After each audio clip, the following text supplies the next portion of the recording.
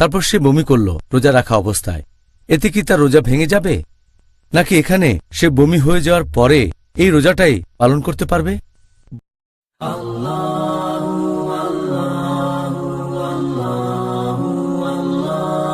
বমি করার ব্যাপারটা ইচ্ছাকৃত হতে পারে, আবার অনিচ্ছাকৃতও হতে পারে। আমাদের নবী মুহাম্মদ সাল্লাল্লাহু আলাইহি ওয়াসাল্লাম বলেছেন, এটা একটা সহিহ হাদিস, তিরমিজিতে এটার উল্লেখ আছে, বুক অব ফাস্টিং হাদিস নাম্বার 720।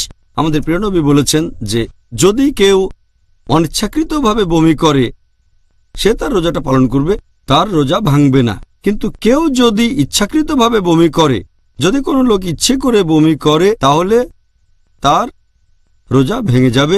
এই রোজা তাকে পরে অন্য সময় রাখতে হবে। এই হাদিস আবারও বলছে সুনান আবু দাউদ খণ্ড নম্বর 2 বুক অব ফাস্টিং হাদিস নম্বর 2374। আমাদের নবী মুহাম্মদ